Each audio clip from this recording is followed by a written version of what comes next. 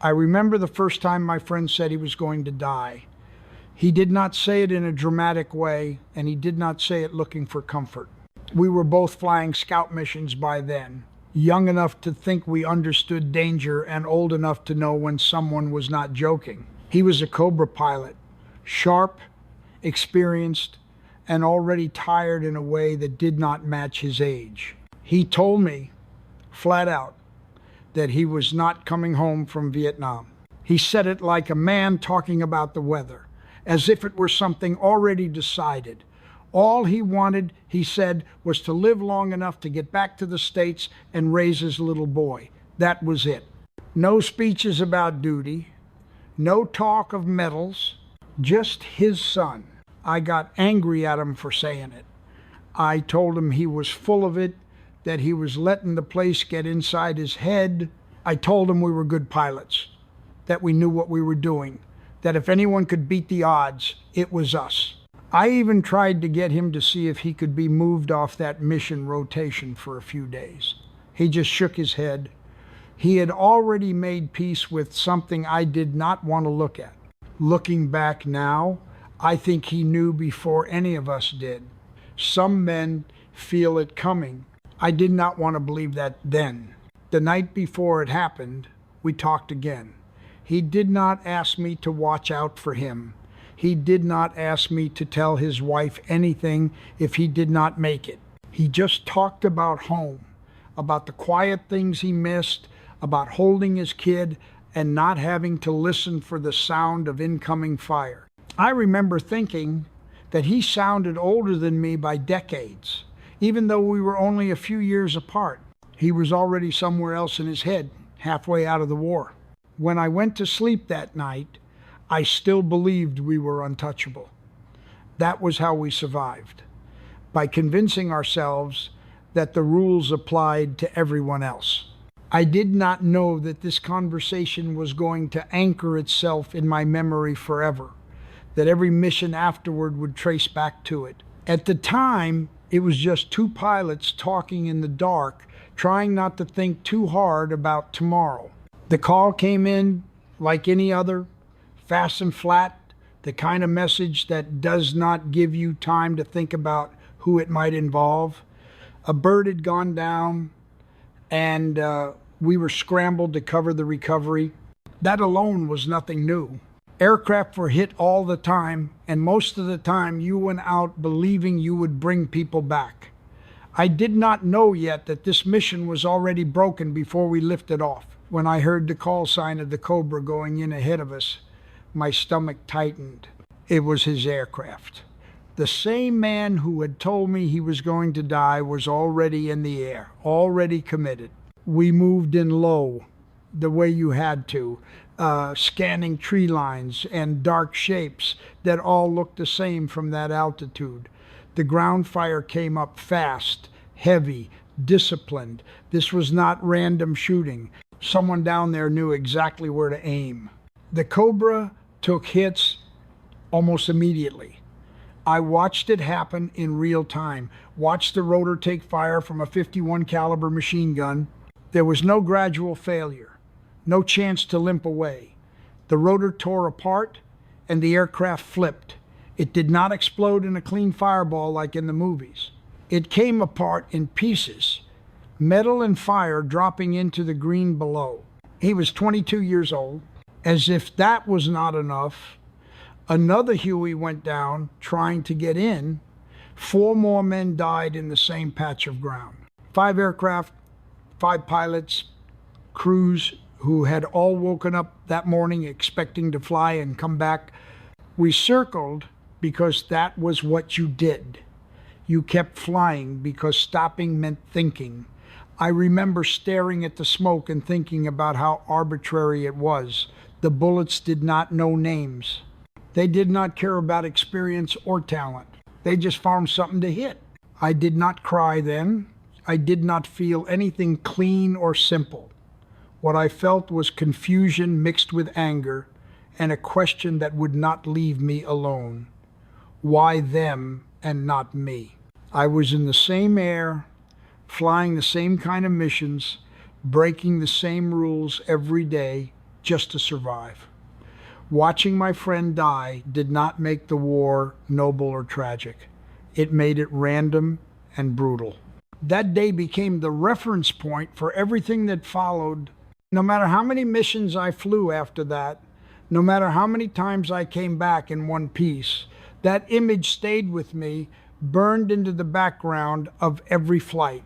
After that day, something shifted in me, not in a dramatic way, but in a quiet, permanent one. I volunteered to fly scout missions full time, knowing exactly what that meant. A scout pilot flies low and slow, close enough to the ground to smell the smoke and see the muzzle flashes. You are the bait. Your job is to make the enemy shoot so the gunships can find them. There is no romance in that role. It is calculated exposure, and everyone who flies it understands that the margin for error is thin enough to disappear without warning. Very quickly, I learned the one rule that mattered more than all the others. Pilots who are scared die. Not just themselves, but the men flying with them. Fear makes you hesitate, and hesitation at treetop level gets you killed. So I built something inside my head that let me keep going. I convinced myself that the bullets could not touch me. It was not bravery, it was necessity. If you believed you were going to die on the next mission, you would never get back into the aircraft. That belief, as twisted as it was, kept me alive. Days blurred together. I flew multiple missions every day, sometimes 3 or 4, sometimes more. The routine became mechanical. Lift off, drop down, draw fire, mark targets, get out if you could. I stopped counting time in weeks or months and started counting it in sorties. Somewhere in that stretch, the memory of my friend did not fade, but it hardened. It stopped hurting in a sharp way and turned into something colder, something that sat in the background and pushed me forward instead of holding me back. I was not fearless. I just learned how to function without listening to fear. That difference matters. The belief that I was untouchable was never spoken out loud, but it guided everything I did. It let me fly when common sense said I should not. It let me accept risks that would have terrified me before. At the time, it felt like control. Only later did I understand that it was also the beginning of a slow erosion. The first crack in a structure that looked solid from the outside but was already starting to weaken from within. I was shot down 5 times, and every time I walked away without a scratch. That fact alone fed the illusion I was building about myself. Each crash reinforced the idea that I was somehow exempt from the rules that governed everyone else. One time, the only injury was a bruised heel on one of the door gunners, nothing more. The aircraft were destroyed, twisted metal scattered across patties and tree lines, but the people inside kept living. After a while, that kind of outcome starts to feel like proof instead of luck. With every recovery, I pushed harder. I flew lower. I stayed in the area longer. I ignored advice that did not match my own instincts. I had convinced myself that experience mattered more than caution, that I could read the ground better than anyone else. The truth is that my confidence was no longer clean. It was turning into arrogance. I did not see it then, but others did. When you survive things that should kill you, you start to believe you have earned the right to take risks that no one else would take. The war encourages that kind of thinking. It rewards aggression and punishes hesitation, and there is no clear line between confidence and recklessness. I crossed that line slowly, one decision at a time. I stopped listening as carefully. I stopped questioning myself. I started believing that my judgment was better than the system, better than the people above me who were trying to keep order in chaos. Inside, something else was happening. The constant exposure, the noise, the losses, all of it was grinding me down, even as I kept functioning. I did not break in a visible way. I kept flying. I kept doing the job. But the discipline that had once held everything together was slipping. I did not feel like I was falling apart. I felt like I was invincible. That was the danger. When the belief that you cannot be touched takes root, it does not make you stronger. It makes you blind. And blindness in a war zone is just another way of getting killed. I extended my tour because it made sense at the time. If I stayed longer, I could get out 6 months earlier on the back end. Or at least that was how it was explained to me. It sounded like a clean, logical trade. More time now for less time later. What I did not factor in was how much damage had already been done. By then, the war had stripped away most of my patience, and the discipline that had once kept me steady was wearing thin. That showed up in my record soon enough. The Article 15 started to stack up, not for cowardice or refusal to fly, but for attitude, for pushing limits, for not fitting neatly into the chain of command anymore. I questioned orders when I should not have. I acted like my experience put me above correction. Each reprimand felt insulting rather than corrective, and instead of pulling me back in line, they pushed me further away. I told myself that the people writing those reports did not understand what it was like down where we flew, close enough to see faces and muzzle flashes. Eventually, the decision was taken out of my hands. My commanding officer made it clear that my future in the Army was over. I was too much of a risk, not because I would not fly, but because I would not stop flying the way I did. At the time, it felt like a betrayal. I had survived everything Vietnam threw at me, and now I was being told I was no longer useful. I took it personally. I saw it as punishment rather than protection. Years later, I can say this without bitterness. They were right. I had reached the point where my confidence was no longer under control, where one bad decision could have killed more than just me. The Army did not need another burned out scout pilot who thought he was untouchable. Losing that career hurt, but it probably saved my life. At the time, all I felt was the hollow space left behind when the only thing you know how to do is taken away and you are sent home with nothing but silence to fill it. I came home around Christmas expecting relief, expecting some kind of clean break between Vietnam and the rest of my life. That is not how it worked. The war followed me back even before I set foot in my hometown. In a bar in Hawaii, I was reminded how quickly the uniform could turn you into a target. Someone decided it was acceptable to mouth off, to treat me like the war itself, instead of a man who had just stepped out of it. I did not fight back. I did not explain. I just stood there, realizing how little space there was for anything complicated. At the airport in San Francisco, something happened that cut deeper than the insults. I saw a Vietnamese woman watching me, and the look on her face stopped me cold. It was not anger, it was fear. Real, physical fear. In that moment, I understood that no matter what my intentions had been, no matter how young or confused or obedient I had been, I now carried the shape of something monstrous in other people's eyes. I had become a reminder of violence, not a person returning from it.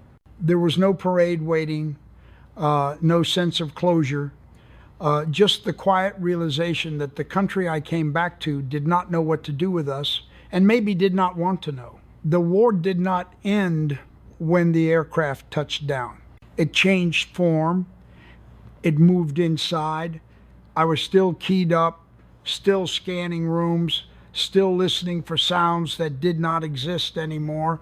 The uniform came off, but nothing underneath it had settled. That was when I started to understand that surviving Vietnam was only the first part. Coming home was its own kind of fight, slower and lonelier, with no clear enemy and no clear rules.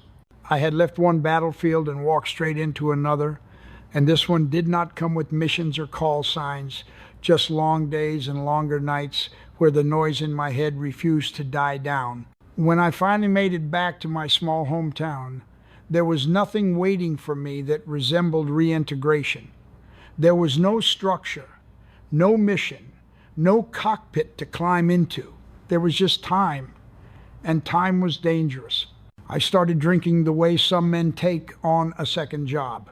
It was not social, and it was not celebratory. It was maintenance.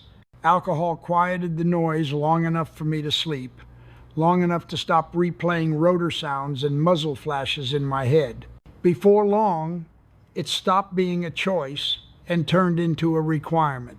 I told myself I was fine. I told myself everyone who came back drank like this. What I did not say out loud was that I was drinking to avoid thinking about the people I had killed. I had killed a lot of people. That is the truth. And there is no clean way to dress it up. Some of those deaths were necessary, part of the job I was sent to do, others were not. There were moments when killing was not required for survival, moments when aggression went further than it needed to. Those memories did not fade. They waited. Before I was formally discharged, I had to sit down with a psychiatrist. There was no couch, no dramatic confrontation, just questions asked in a flat voice. He asked me if I had killed people. I told him yes. He asked me if I thought I had killed too many. I told him yes. I did not justify it. I did not explain it away. I just stated it. He suggested hospitalization. I refused.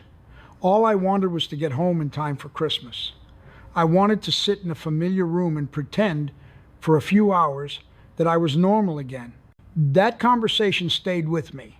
It was the first time I said those things out loud to someone who was not wearing a uniform. It did not fix anything. It did not absolve me, but it marked a point where I could no longer hide behind the language of duty alone.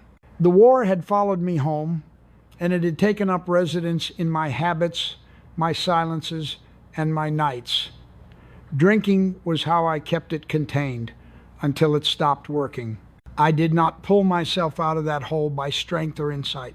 I married the wrong person for the right reasons, and somehow that mistake kept me alive long enough to find another way forward. Eventually, the drinking became impossible to ignore, and I was pushed, not gently, into Alcoholics Anonymous.